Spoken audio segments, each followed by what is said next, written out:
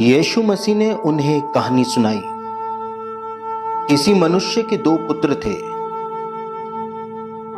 उनमें से छोटे ने पिता से कहा, हे पिता, संपत्ति में जो मेरा भाग है वह मुझे दे दीजिए।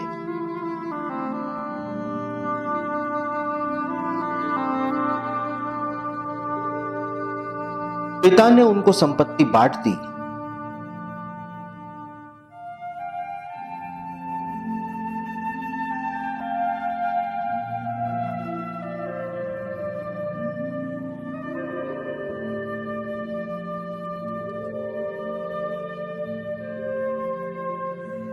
बहुत दिन न बीते थे कि छोटा पुत्र सब कुछ इकट्ठा करके दूर देश को चला गया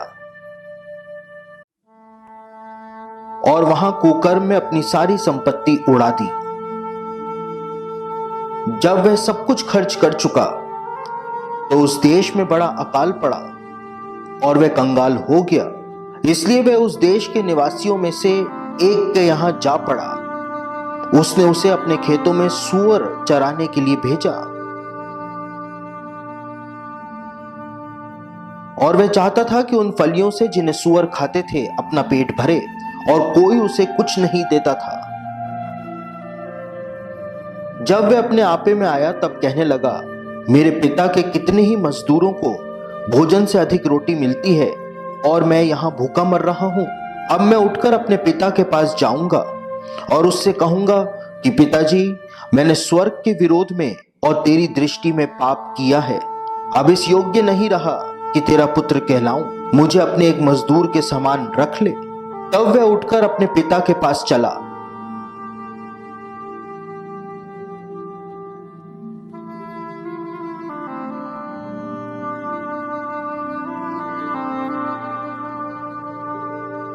वह दूर ही था कि उसके पिता ने उसे देखकर तरस खाया।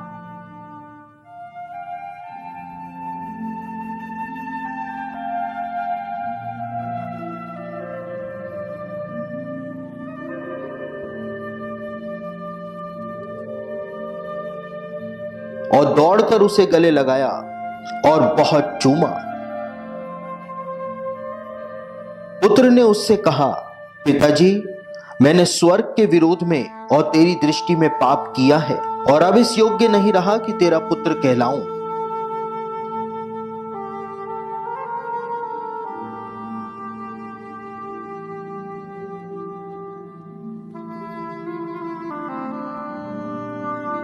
परंतु पिता ने अपने दासों से कहा, झट अच्छे से अच्छा वस्त्र निकालकर उसे पहनाओ और उसके हाथ में अंगूठी और पांव में जूतियां पहनाओ और तैयार किया हुआ पशु लाकर मारो, ताकि हम खाएं और आनंद मनाएं। क्योंकि मेरा यह पुत्र मर गया था, फिर जी गया है, खो गया था, अब मिल गया है। और वे आनंद करने लगे।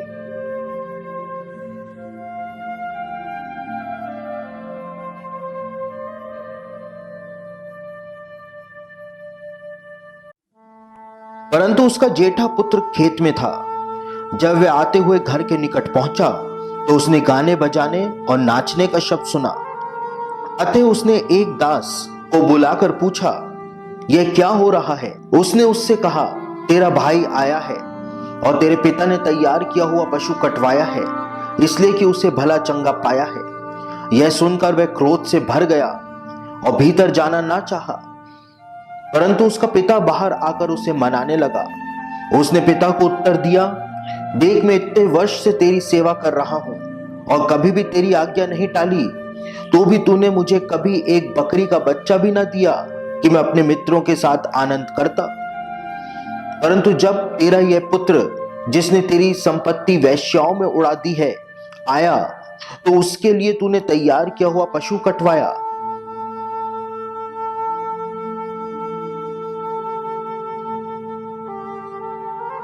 पिता ने उससे कहा, पुत्र, तू सदैव मेरे साथ है और जो कुछ मेरा है वह सब तेरा ही है। परंतु अब आनंद करना और मगन होना चाहिए, क्योंकि यह तेरा भाई मर गया था, फिर जी गया है, खो गया था, अब मिल गया है।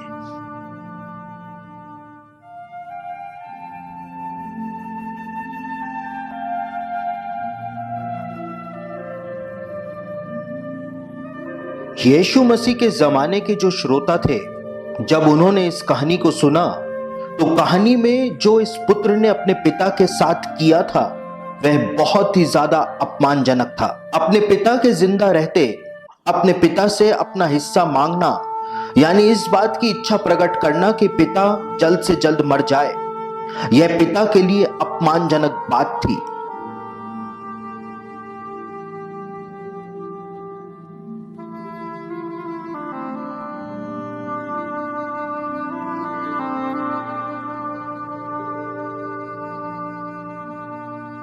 इस पुत्र के द्वारा पिता के घर से दूर चला जाना इस बात को दर्शाता है कि उसने पिता की ओर अपनी पीठ फेर ली थी और परदेश में जाकर वेश्याओं की संगति करने लगा था और पिता की मेहनत की कमाई को उसने वेश्याओं में उड़ा दिया था। और उसके बाद वह और भी नीचे गिर गया था कि वह सुअरों की सेवा और नौकरी करने में लग गया था। एक यहूदी के लिए सुअरों के साथ रहना परमेश्वर के खिलाफ अपराध करना माना जाता है। इस पुत्र को वो सब कुछ मिल गया था जो वो वास्तव में डिजर्व करता था। उसके पिता के पास सारा अधिकार था कि वह इस बेटे को वापस ग्रहण ना करे और उसका भाई भी बिल्कुल सही बोल रहा था कि यह बेटा दया के बिल्कुल भी लायक नहीं है। लेकिन यीशु ने इस कहानी में बताया कि पिता का प्रेम अपने बेटे के लिए कितना ज्यादा था। यह कहानी हमें बताती है कि पिता ने अपने पुत्र को दूर से देखा, यानी पिता रोज ही अपने घर की छत पर बैठकर अपने बेटे के लौटने का इंतजार करता रहता था। प्रेम का प्रमाण पिता की ओर से प्रकट किया गया था, क्योंकि जब वो अपने बेटे से मिलने के लिए दौड़ता है तो वह खुद को सबके सामने अपमानित करता है। क्योंकि बाइबल के जमाने में और यहां तक कि आज भी इजराइल में बुजुर्ग और इज्जतदार लोग कभी भागते नहीं हैं, वे हमेशा शिष्टता से चलते हैं, धीमे धीमे चलते हैं, या वे इंतजार करते हैं कि जिसको उनसे मिलना है वे खुद चलकर उनके पास आए। लेकिन पिता भागा और उसने अपने बेटे को गले लगाया। यह एक और पहलू था जिसके द्वारा पिता ने खुद को सबके सामने अपमानित किया था। आज भी इजराइल में जब बड़े बुजुर्गों को सलाम किया जाता है तो छोटी उम्र के लोग बुजुर्गों के कंधे पर चुंबन देते हैं। लेकिन कहानी में पिता ने आगे होकर अपने बेटे को चुंबन दिया, जो कि पिता द्वारा खुद को दूसरों की नजरों में अपमानित करने जैसा था।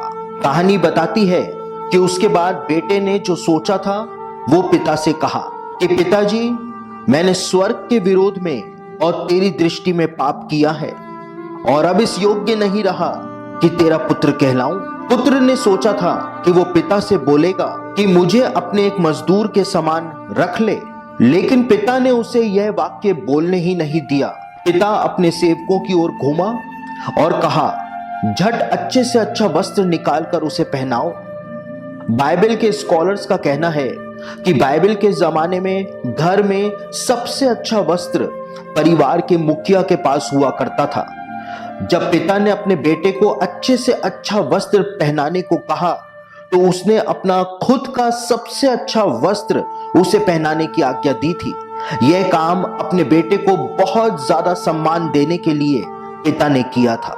उसके बाद पिता ने अपने दासों से कहा कि उसके हाथ में अंगूठी भी पहनाओ। अंगूठी जो कि बाइबल के जमाने में अधिकार का प्रतीक हुआ करता था। जिस अंगूठी के अपने बेटे के हाथ में पहनाने की आज्ञा पिता ने दी थी वो खुद उस पिता की अंगूठी ही थी। यानी पिता की अंगूठी पहनने के बाद अब वह वापस पिता के सारे अधिकारों का वारिस बन गया था। उसके बाद पिता ने यह भी कहा कि उसके पैरों में जूतियां पहनाओ, क्योंकि उस जमाने में सिर्फ गुलाम ही नंगे पैर रहा करते थे। पिता ने अपने बेटे की सारी गलतियों को माफ कर उसे पूरे अधिकार लौटा दिए थे और उसे मजदूर की तरह नहीं लेकिन बेटे की तरह ही अपना बना लिया था। और उसके बाद पिता ने अच्छे से अच्छे पशु को कटवाया। जब इस तरह का कोई मुखिया अपना बेस्ट पशु कटवाया करता था तो वह पूरे गांव को भोज में बुलाता था। पिता ने तो अपने बेटे को अपना ही लिया था, लेकिन इस भोज के द्वारा पिता चाहता था कि अब पूरा गांव भी उसे वापस अपना बना ले। यीशु मसीह द्वारा सुनाई गई यह कहानी जो है वो पिता के अपने बेटे के प्रति अपार प्रेम को प्रकट करती है। और यीशु ने सिर्फ एक पिता और पुत्र के प्रेम को ही इस कहानी के अंदर नहीं दर्शाया था, लेकिन यीशु का उद्देश्य यह था कि वो परमेश्वर का वो प्रेम जो परमेश्वर का मानव जाति के प्रति है उसको यीशु अपने श्रोताओं के सामने रख सके। और बाइबल भी इसी बात को बताती है कि परमेश्वर ने मानव जाति से इतना ज्यादा प्रेम किया कि यीशु मसीह के रूप में परमेश्वर ने इंसान के लिए अपने बेटे को इस संसार के अंदर भेज दिया, ताकि यीशु इंसान के सारे पापों का भार जो है वो उठा ले और मानव जाति जो है वो परमेश्वर की संतान वापस से बन जाए। और उड़ाऊ पुत्र की ये कहानी जो है वो हम में से हर एक के जीवन को दर्शाती है कि किस प्रकार से हम परमेश्वर को त्याग करके, परमेश्वर का अपमान करके, परमेश्वर से दूर इस संसार के अंदर चले जाते हैं, परमेश्वर की तरफ अपनी पीठ फेर लेते हैं।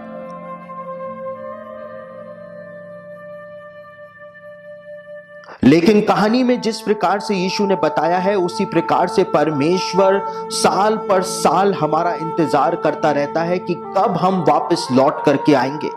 और जिस प्रकार से मलाकी के अंदर परमेश्वर ने कहा कि तुम मेरी ओर लौट आओ क्योंकि मैं तुमको वापस से ग्रहण कर लूंगा, उसी प्रकार से परमेश्वर हमेशा हमेशा इस बात के लिए तैयार खड़ा रहता है कि हम कब इस संसार में से फिर करके परमेश्वर के पास वापस आ जाएं। और जिस प्रकार से वो उड़ाऊ पुत्र जिसने वेश्याओं के अंदर अपने पिता की संपत्ति को उड़ा दिया था, उसी प्रकार से हम भी कभी कभी परमेश्वर के द्वारा दी गई आशीषों को संसार के अंदर उड़ा देते हैं, उसको वहां पर लगा देते हैं।